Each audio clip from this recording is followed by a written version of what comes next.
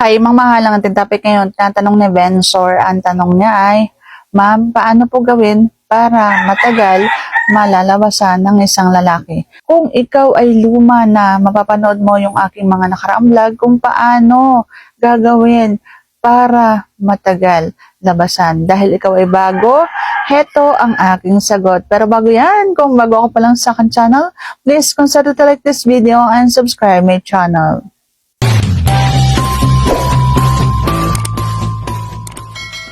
Una, kapag halimbawang kayo ay nag-aanuhan na at nakakaramdam ka ng malapit ka ng labasan, hugutin mo. Pagkahugot mo, pisilin mo yung ulo. Tapos gumawa ka ng kung ano-anong pwede mong trabaho doon sa katawan ng isang babae. Para medyo magtagal at para medyo humaba yung oras bago ka malalabasan.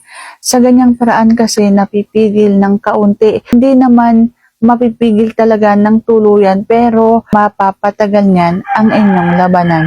Kapag halimbawang napisil mo na yung ulo, kainin mo ang isang babae o kaya naman trabahuhin mo ang katawan niya. O kaya naman kapag halimbawang bago kayo mag-anuhan, magkakainan muna kayo at kapag halimbawang nagkainan kayo, palabasin mo sa una. Sigurado yan na kapag halimbawang ipapasok mo na sa bulaklak ng isang babae yung iyong tea, matatagalan yan kasi kailangan yan ng kaunting oras pa para may pumangalawang labas dyan sa iyong tea.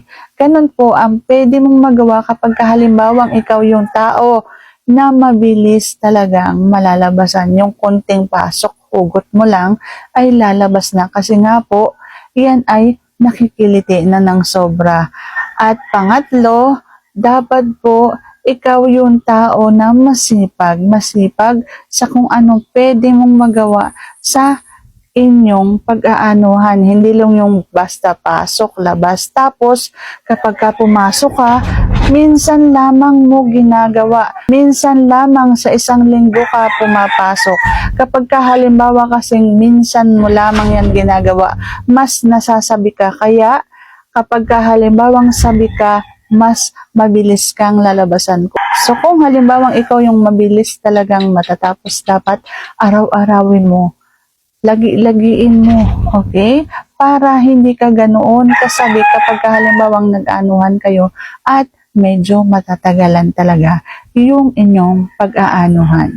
So sana nasagot ko na tamang yung tanong. If you like this video, please consider to like this video and subscribe my channel. Thank you for watching. See you on my next vlog.